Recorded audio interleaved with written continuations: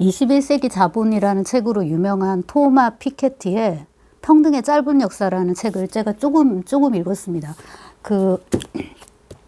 이 토마 피케티, 토마스라고 읽고 싶어지는데 프랑스 연구자라서 S 빼고 토마 피케티 이렇게 읽던데요. 토마 피케티의 21세기 자본을 제가 사서 아마 읽지 않은 것 같아요. 근데 이제 책을 자랑을 하려고 찾아봤는데 아무리 찾아도 없는 것으로 봐서는 팔았을 수도 있을 것 같아요. 근데 이제 이거는 조금 얇고 뭐 좀 가독성이 높아 보여서 일단 샀고 실제로 좀 읽히더라고요, 이거는. 그래서 이거를 읽으면서 그 토마 피케티의 대표작을 다시 곱씹어 보니까 21세기 자본을 저는 막연히 이제 21세기의 어떤 자본주의를 분석한다? 혹은 21세기의 자본에 대한 얘기 이렇게 생각했는데 뭐 그 얘기를 하겠죠. 하긴 하는데 그 책에는 명백히 레퍼런스, 심지어 모텍스트가 있는 것 같다라는 이제 생각이 들었는데요. 그게 바로 19세기 자본인 거죠. 마르크스가 쓴 이제 자본론, 이렇게 이제 우리가 알고 있는 그 책인데요. 한번 세워볼게요. 이게 제가 집에 있어가지고, 이런 책은 집에 왜 있을까요? 자, 지금 보여주려고 얘를 세워서 그런데, 요게 이제 자본 1권이고요. 그러니까 마르크스가 쓴 걸로 1권을 번역을 하다 보니까 우리 국역본으로는 2권으로 이제 분책이 됐고요. 그다음 요게 2권이고요. 요게 3권입니다. 그러니까 2권하고 3권은 작가가 죽고 나서 엥겔스가 이제 출간을 했고요. 요 1권은 마르크스가 이제 살아 있을 때 열심히 런던 도서관에서 공부를 해가지고 이제 출간한 책인데 아마 그 대학 때 학부 시절에 읽었던 책은 백의인가 하는 이제 출판사에서 나온 건데, 아마도 한 권이었으니까 요 1권을 추려서 번역한 거나 그런 거 아니었을까 싶습니다. 근데 이제 완역본을 제가 이제 샀었는데 읽지 않고 계속 뒀다가 이번에 다시 눕히고 책이 아니네요. 그래서 이렇게 책을 사놓고 읽지 않는 사람은 이제 저 같은 사람이죠. 이 경우에는 죽으면 어떤 벌을 받는다? 지옥에 가가지고 이 책을 뭐 읽으라고 하면은 뭐 그건 벌이 아니죠. 이렇게 들고 있으라고. 이렇게 이제 하는 거죠. 아마 더 무서운 벌은 이거를 떨어뜨리고 굴러 떨어지고 나는 또 들고 올라가서 다시 이렇게 들고 있고 이게 아닐까 싶은데 21세기 자본의 모텍스트로 짐작이 되는 19세기 자본 이제 서론을 겸사겸사 좀 살펴보았고, 아, 이런 책이었구나 싶고, 우선은 이제 요거를 펼쳐 들었으니까 요거를 보면은 요것은 제목이 평등의 짧은 역사인데 한편으로는 불평등의 이제 문제를 다루는 거죠. 뭔가가 이게 옳지 않다, 뭔가가 일반적이지 않다라는 걸 이제 우리가 인지하는 거예요. 이때 일반은 평등이에요. 평등하지 않다는 걸 인지하고, 그러니까 불평등이 존재한다는 걸 인지하고, 그럼 기본값은 평등이었을 거예요. 평등이 돼야 되는데 평등하지 않고 불평등하구나라는 걸 인지하고, 그 다음에 이제 이 불평등을 고치기 위해서 이제 우리가 쭉 노력을 하는데, 그거를 대략 이제 18세기부터 잡는 것 같더라고요. 그래서 18세기 말부터는 평등을 향한 어떤 역사적인 움직임이 존재를 했고 지금 우리 인간 사회를 보면은 적어도 그 18세기 이전보다는 지금 뭡니까? 훨씬 더 평등에 가까운 그런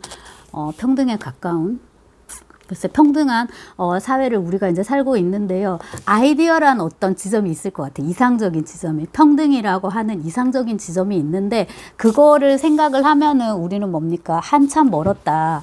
그 평등이라는 이상적인 지점으로 가기 위해서 지금까지 잘해왔지만 그래도 부족한 부분이 있으니까 그 부분을 계속 개선해서 우리가 평등이라고 생각하는 어떤 이상적인 지점으로 나아가자. 이게 이제 요지인 것 같고요. 이거를 이제 어마어마하게 실증적인 이제 자료를 가져와가지고 그 얘기를 하는 책으로 보입니다. 이때 실증적인 자료라 함은 경제학자잖아요.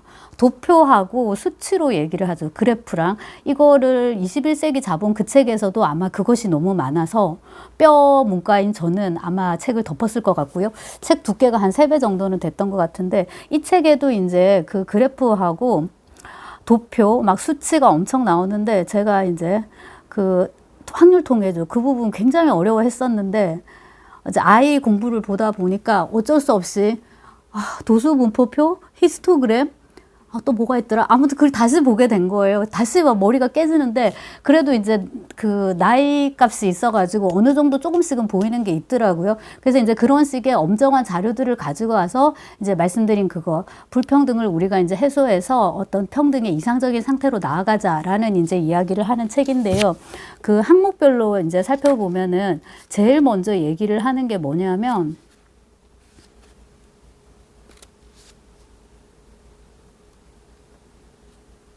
그 지표인데요. 평등을 향한 여정 1장인데 첫 번째 지표들 해가지고 제일 먼저 얘기하는 게 교육과 의료입니다. 그러니까 달리 말해서 평등한 사회는 교육의 기회가 평등해야 되고요.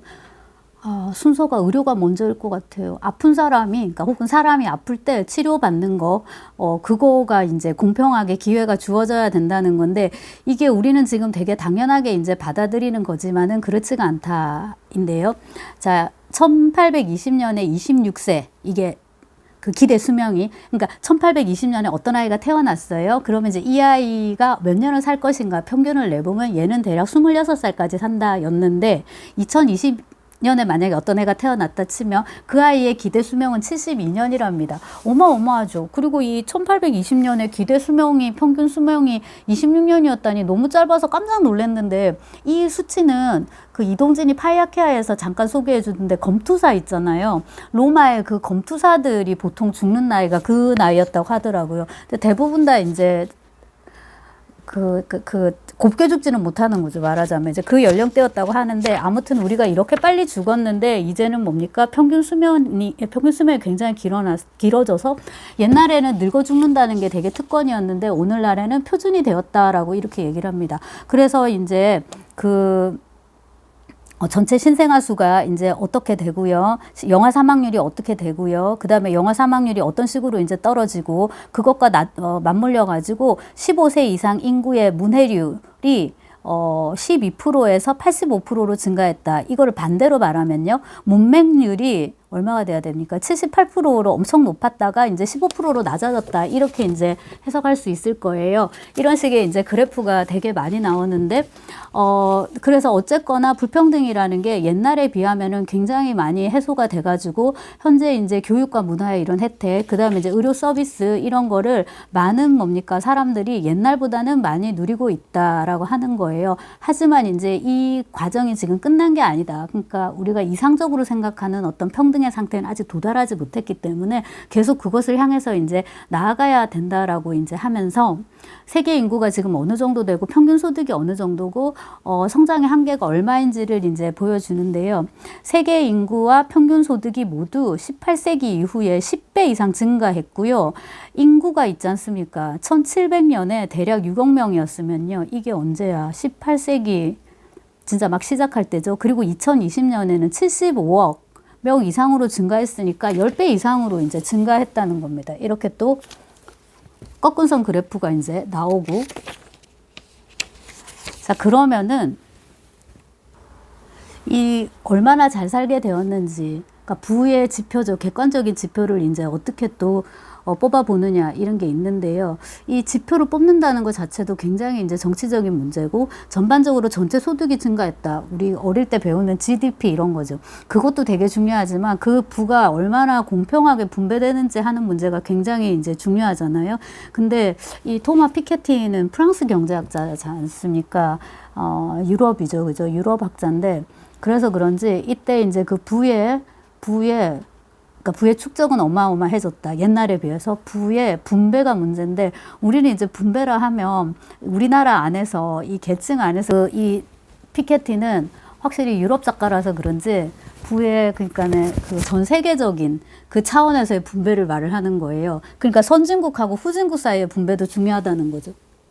그래서 실질적인 부의 분배가 이제 중요하고 그 다음에 우리는 18세기 이후 나타난 인구 생산 소득 전반의 증가가 지구의 천연자원을 과도하게 개발한 대가로 얻어진 것임을 인식하고 이 방식이 과연 지속 가능한지 그리고 앞으로 획기적인 전환을 시도하기 위해서는 어떤 제도적 장치가 필요한지 고민해야 한다라고.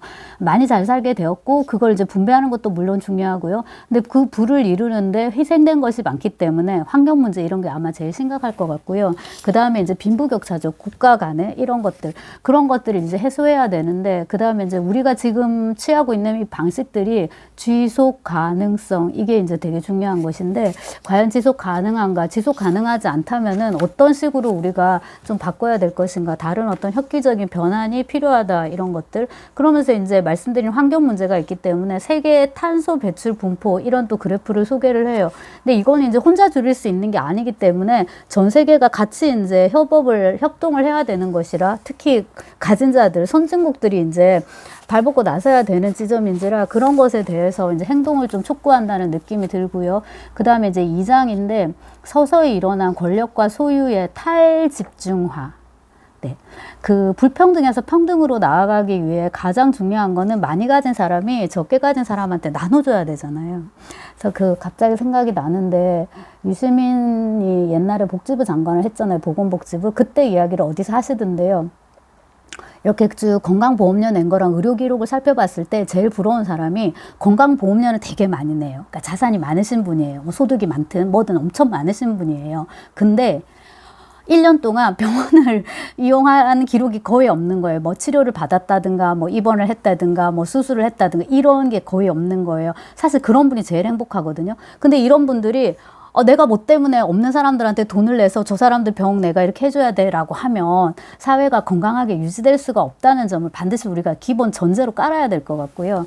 그래서 이 소득하고 소유의 문제를 이제 어떻게 풀어가는지, 그거를 이제 쭉 얘기를 하는데, 결과적으로 이제 중요한 거는 소유를 이렇게 분배하게 이제 해야 되는 거거든요. 한 사람이 뭔가를 많이 갖지 않고 많은 사람들이 적절하게 갖도록. 그래서 이거를 이제 그 계급, 지금 신분에서 우리가 계급으로 이제 간 거잖아요. 이거를 이제 나누는 게, 결국 나눠서 이제 계급을 나누는 게 중위소득층, 우리는 중산층 이런 표현을 쓰잖아요. 중간 계급의 퍼센테이지가 많아지도록, 그러니까 소수가 부를 독점하는 이런 식의 피라미드형이 아니라 다이아몬드형이라 하나요? 어릴 때 배운 게 이렇게 오뚜기 모양, 다이아몬드 모양, 이런 식으로 해가지고 중위계층, 소득 중위계층이 그 사회에서 더 많은 비중을 차지하도록 그렇게 이제 개선을 해 나가야 되는데, 그게 참 쉽지가 않을 것이고, 그 다음에 이제 이 재산을 어디까지 포함시킬 것인가, 자산을. 마르크스 이제 이 책에서는 그 생산 수단을 많이 얘기를 했는데, 경제가 많이 복잡해졌으니까요. 주택 들어가고요.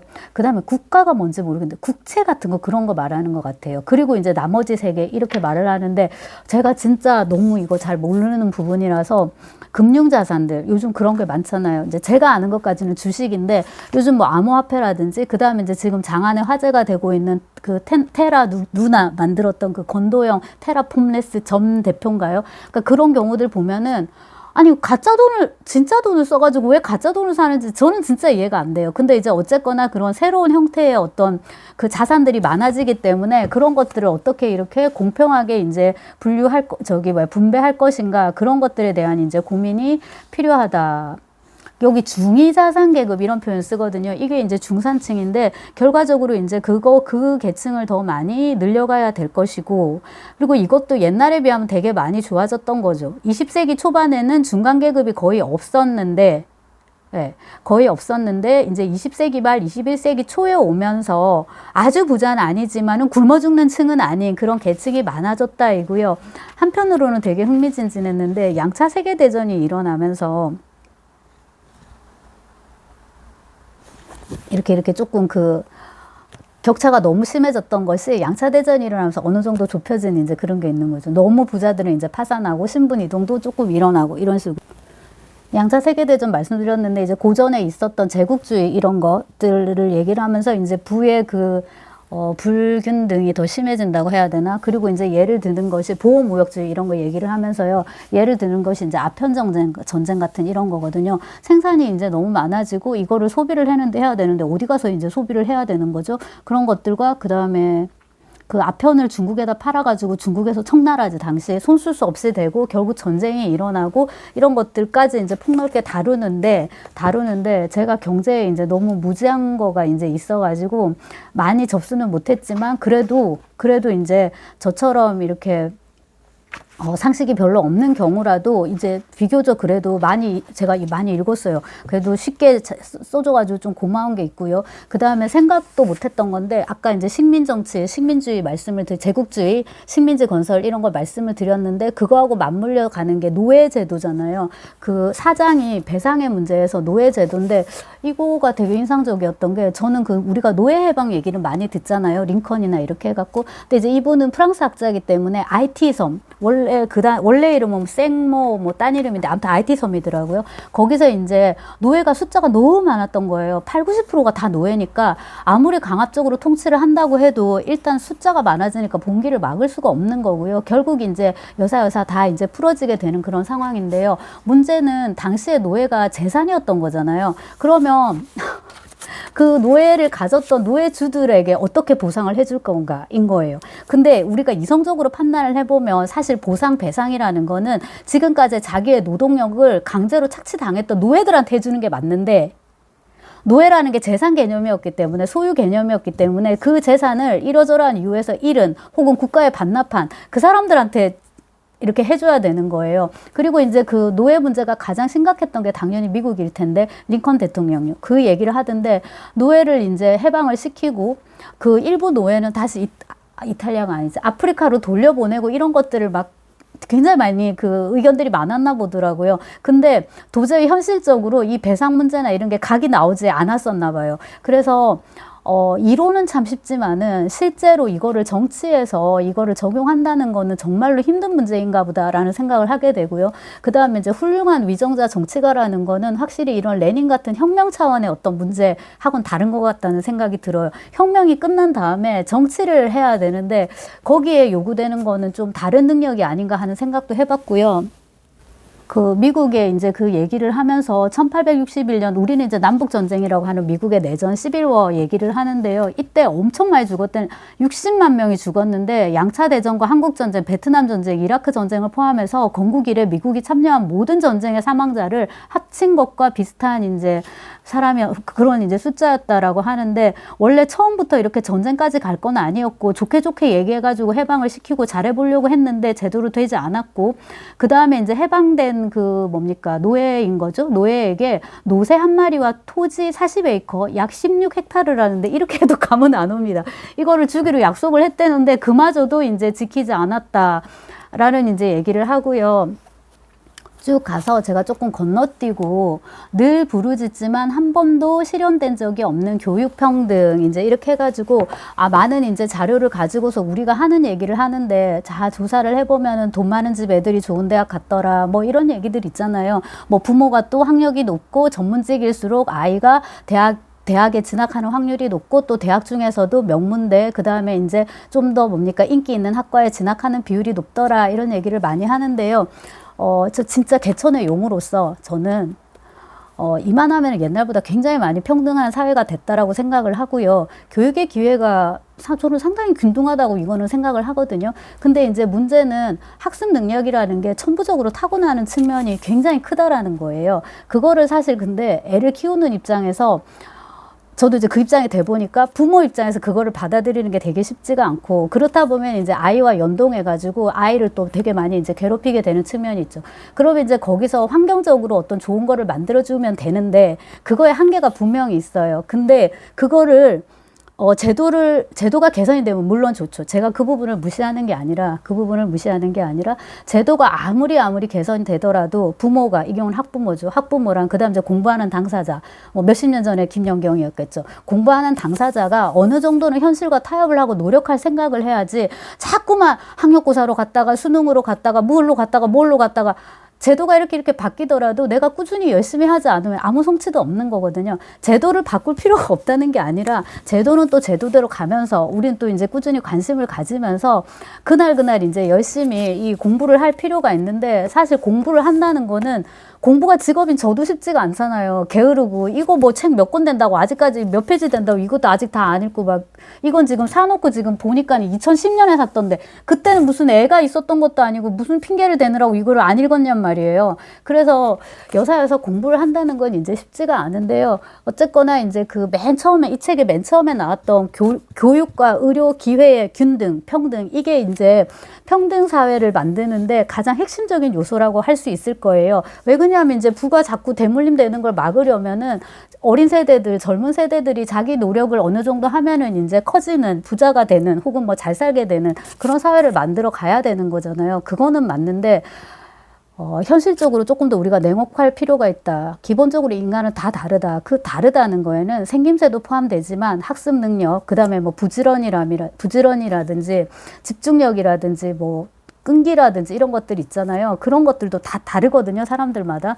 근데 그거를 극복하고 뭔가 성취를 하는 건 굉장히 힘들기 때문에 기본적으로 두 가지 중에 하나는 선택을 해야 되는 거죠. 조금 편안하고 자족적인 삶을 살 건지 나 자신을 토닥토닥 하면서 아니면 반대로 이제 주마가편식으로 나를 계속 채찍질을 해 가면서 하나라도 더 풀어, 1점이라도 더 받아, 뭐 있죠. 나 자신에 대해서 논문 한 편이라도 더 써. 번역도 지금 빨리 봄에 빨리 끝내버려. 너가 지금 왜 그러고 이렇게 닥달을 할지는 본인이 선택을 해야 되는데 저는 어떤 경우든지 뭐 인생은 답이 없으니까 하고 나면은 선택을 이제 그때부터는 자신을 이제 응원해 줘야 되죠.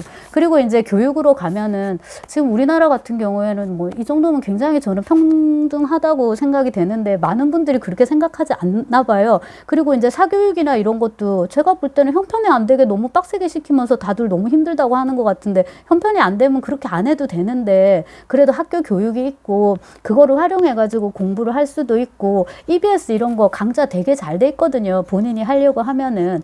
자, 그래서 제도를 이렇게 바꿔가지고 평등이라는 어떤 이상으로 가는 건 굉장히 좋은데 특히 이제 교육의 측면에서 개개인이 가치관을 바꾸지 않으면 개개인이 어느 정도는 현실과 타협하고 그 안에서 노력하고자 하는 그 의지가 없으면 사실 그 모든 제도는 크게 의미가 없다는 점을 꼭 말씀을 드리고 싶고요. 제가 이 자본론을 그 방에서 꺼내가지고 왔는데 이제 그 이유는 마르크스가 유고로 남긴 거는 읽지 않더라도 그래도 이거 맨 처음에 발표하고 가는 1권 있잖아요. 이거는 한번 훑어라도 보려고 꺼냈는데 역시 경제학은 그 말씀드린 수치와 도표, 그래프 때문에 너무 어려운 것 같습니다. 근데 이제 고전이 고전인 건 이유가 있으니까 조금이라도 좀 시도를 해보려고 합니다. 여러분도 뭐 한번 욕심 내볼 만한 책이겠죠. 이 출판사는 길인데요. 이 출판사 조금 독특합니다. 이렇게 이제 묵직한 인문학 책을 내는데 그 재정을 어떻게 유지하는지는 뭐 아무튼 좀 되게 신기한데요. 이런 책을 내주셔서 고맙고 좀 책이 무거워가지고 그게 조금 안 좋은데 아무튼 이렇게 읽고 보기에는 좋은 거죠. 넘어가지도 않으니까. 근데 제가 지금 얘기를 한 책은 토마 피케티의 평등의 짧은 역사였는데 그 저처럼 21세기 자본이 부담스러운 분은 이거를 보시면 좋을 것 같습니다.